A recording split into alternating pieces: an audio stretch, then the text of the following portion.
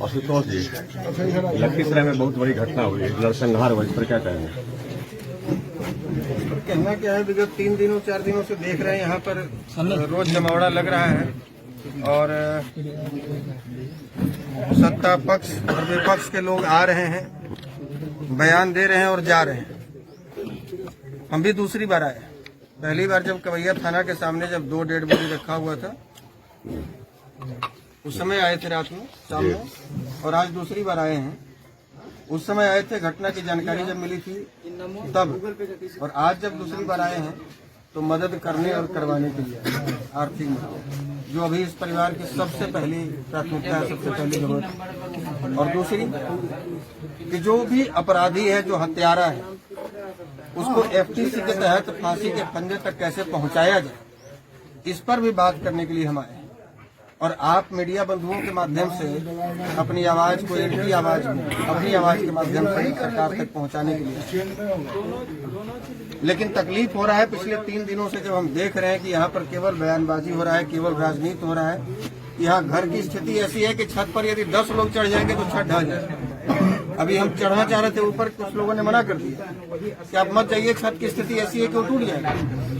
तो आप घर की स्थिति ऐसी है, जो परिवार खैनी बेचकर और अपना भरण पोषण कर रहा हो, और 8 बच्चे आज के डेट में उस घर में हैं। बड़ी बड़ी बच्चियां हैं, शादी के लायक हो गई हैं, छोटे छोटे बच्चे हैं जो पढ़ाई करने के लायक हैं, जो पढ़ाई कर रहे हैं। और स्थिति ये है कि जो लोग भी आ रहे हैं, जो सत्ता पक्ष वाले आ रहे हैं वो विपक्ष पर आरोप लगा रहे हैं, विपक्ष वाले आ रहे हैं वो पक्ष पर आरोप लगा रहे हैं। इनके हक की बात कोई नहीं कर रहा, इनको आर्थिक 5 रुपए का मदद कोई नहीं पहुंचा रहा है।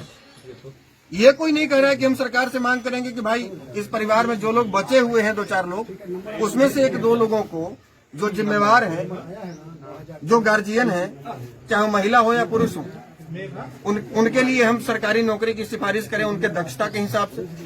ये कोई नहीं कह रहा है कि सरकार से, सरकारी कोष से, सांसद के कोष से, विधायक के कोष से, सरकार के कोष से हम इनको कुछ राशि मुहैया करवाने के लिए मांग करें। ये कोई नहीं कर रहा। लॉ एंड ऑर्डर के बारे में क्या बोलेंगे? लॉ एंड ऑर्डर तो देख ही रहे हैं कि 1 महीना में 15 हत्या हुआ है बिहार में। हत्या को अगर हम जाति के चश्मे से देखेंगे तो गलत होगा, लेकिन ये भी कहना गलत नहीं है कि विगत 1 महीने में केवल ब्राह्मणों और भूमिहारों के 12 लोगों की हत्या हुई है इस बिहार में। छठ के पारण के दिन ही 2 हत्या हुई। आपको बेगूसराय से लेकर 2 हत्या यहाँ और 1 बेगूसराय में। नालंदा की घटना देख लीजिए, पटना की घटना देख लीजिए। दिन दहाड़े कार को रोक कर अपराधी आते हैं, 2 व्हीलर मोटरसाइकिल से दोनों तरफ से घेर कर गोली की बौछार करते हैं। बड़े बड़े बिल्डर और ठेकेदार और प्रॉपर्टी डीलर को मार के चले जाते हैं। सरकार मतलब अपराधियों के मन में शासन प्रशासन नाम का कोई खौफ नहीं। नीतीश जी भले ही हल्ला कर रहे हो पूरे देश और दुनिया में कि हाँ सुशासन की सरकार है, हम किसी को बचाते नहीं है, किसी को फंसाते नहीं है, यहाँ पर सब कुछ बढ़िया चल रहा है, आप तो देखिए न रहे सब कैसे चल रहा है। हम लोग देखिए रहे, तो देख रहे कि 90 के दशक में नरसंहार होता था, और आज ट्विटर के जमाने में नरसंहार हो रहा है। आज चप्पे चप्पे सीसीटीवी कैमरा लगा हुआ है, वहां नरसंहार हो रहा है।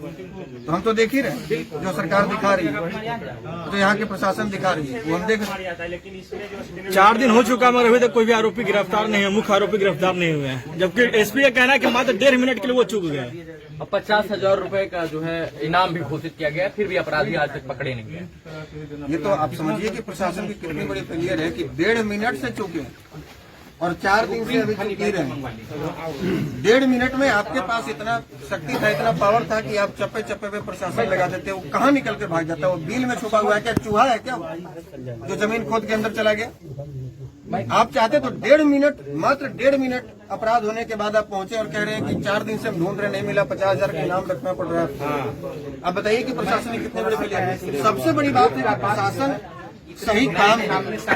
प्रशासन से जो लोग भी पूछ रहे हैं, हम लोग भी कई दिनों से देख रहे हैं, एसपी का स्टेटमेंट देख रहे हैं, प्रेस कॉन्फ्रेंस देख रहे हैं, बाकी लोगों का देख रहे हैं, जो संबंधित पदाधिकारी हैं प्रशासन के, वो केवल और केवल एक ही बात पर फोकस कर रहे हैं कि ये प्रेम प्रसंग का मामला था, शादी हो गई थी, बहुत पहले से साथ में रह रहे थे लोग। इस पर कोई चर्चा नहीं हो रही है कि ये नरसंहार किया गया। ये बहुत बड़ा अपराध हो रहा है और बहुत बड़ा अपराध हुआ है।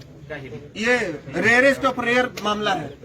रेयरेस्ट ऑफ रेयर मतलब ऐसा बहुत कम सुनने को मिलता है कि एक ही परिवार के 6 लोगों को जान मारने के ख्याल से। हम लोग जिस दिन गए थे 2 डेड बॉडी पड़ा था, एक के यहाँ गोली मारी गई थी, एक भाई की, और दूसरे भाई की आंख में गोली मारी गई थी। यानी कि जितने लोगों को गोली मारी गई, यहाँ से ऊपर गोली मारी गई, सबको मौत के घाट ऑन द स्पॉट हत्या के ख्याल से गोली चलाई गई है।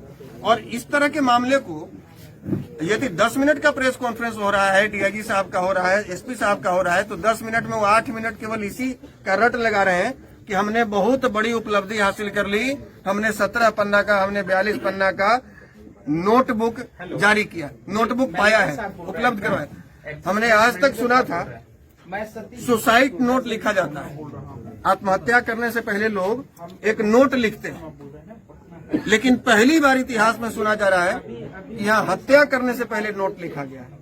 ये सुसाइड नोट नहीं, ये किलर नोट। हत्या करने से पहले नोट पहली बार हम सुन रहे हैं, और प्रशासन उस पर वाहवाही लूट रही है कि हमने वो कागज का पन्ना बरामद कर लिया। तो क्या उसके आधार पर आप उसको बेगुनाह साबित करना चाहते हैं? जी तो कर दिया बेगुनाह। मोबाइल नंबर डीआईजी साहब के करने से क्या हो जाएगा? डीआईजी साहब का गुनाहगार साबित करने से भी नहीं हो जाएगा। डीआईजी साहब प्रोसेस है, और एसपी साहब प्रोसेस है, डीजीपी साहब प्रोसेस है, न्यायालय को तय करना है कि कौन दोषी है। और ये डीआईजी साहब और एसपी साहब, चाहे जो लोग भी साहब हैं, ये जितना भी घटना को मोड़ने का प्रयास करेंगे, हमारे जैसा लोग, आपके जैसा लोग, निष्पक्ष पत्रकार लोग और निष्पक्ष समाज सेवा से जुड़े लोग जब तक जिंदा है तब तक इनको न्याय मिलने से कोई रोक नहीं सकता है।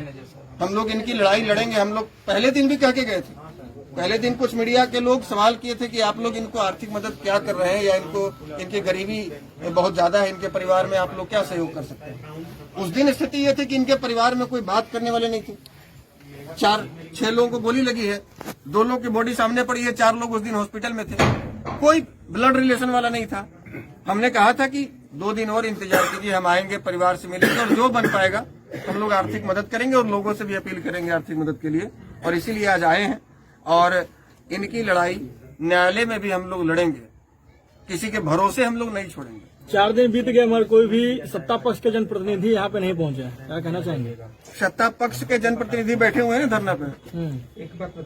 ये बहुत, इससे बड़ी शर्म की बात नहीं हो सकती है कि किसी का परिवार मारा जा रहा है, किसी के घर में नरसंहार हो जा रहा है, और वहाँ पर हम जाति देख रहे हैं, वहाँ पर हम अपनी राजनीति से रोटी सेकने आ रहे हैं, वहाँ पर हम इस नीयत से आ रहे हैं कि बढ़िया मौका मिला है, अबरी विधायकवा के हरा देंगे, बढ़िया मौका मिला है, अबरी संसदवा के जितने नहीं देंगे। इससे बड़ी, इससे गिरा हुआ मानसिकता और क्या हो सकता है?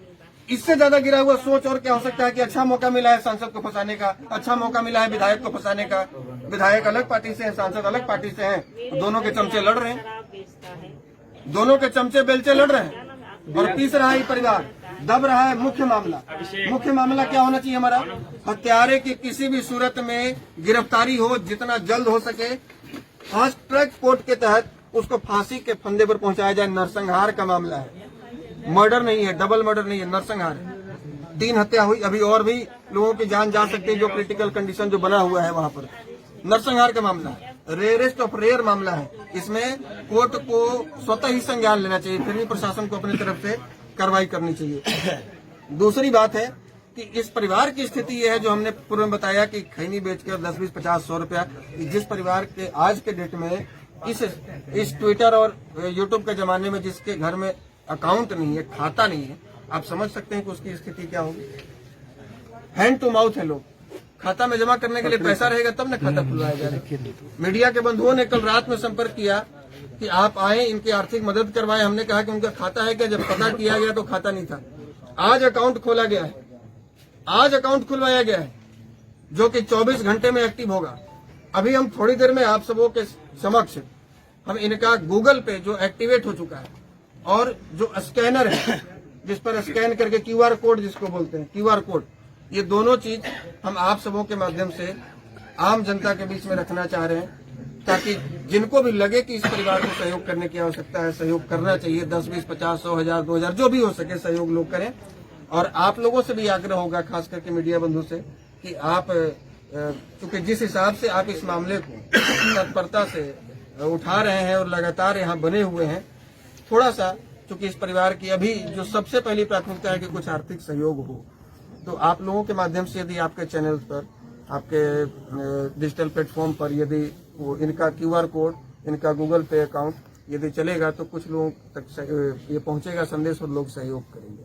धन्यवाद। आशुतोष भैया, एक सवाल, जिस दिन से डीआईजी साहब ने प्रेस वार्ता किया उसी दिन से ये सवाल मेरे मन में काफी कौतूहल मचा रहा है कि क्या जिस तरह से दुर्गा झा का फोटो वायरल किया गया है, क्या ये कितना उचित मानते हैं, इसको आप कितना उचित मानते हैं? क्योंकि ऐसा नहीं लगता है कि दुर्गा झा का जो फोटो वायरल किया गया है कहीं ना कहीं इज्जत पर कंप्लीट रूप से एकदम घात किया जा रहा है? जो लोग वायरल कर रहे हैं फोटो, डीआईजी साहब खुद किए हैं। कोई करें, डीआईजी रहे, चाहे वो सांसद रहे, विधायक रहे, या दरोगा रहे, या सिपाही रहे, जो लोग भी ये तस्वीर वायरल कर रहे हैं, दुर्गा झा का तस्वीर जो वायरल कर रहे हैं, वो ये गारंटी दे सकते हैं कि उनकी बहन बेटी किसी के साथ में इस कंडीशन में ही रहती होगी?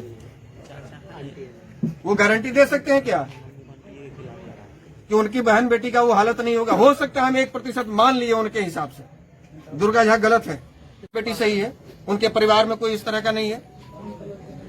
एक दिवंगत जो इस दुनिया से चला गया, आप राजनीति करने के लिए अपने सरकारी आकाओं के आदेश पर, नेताओं के आदेश पर आप उसके मरने के बाद भी उसके ऊपर लांछन लगा रहे हैं, उसको पूरी दुनिया में उसको बदनाम कर रहे हैं, तो क्या साबित करना चाहते हैं?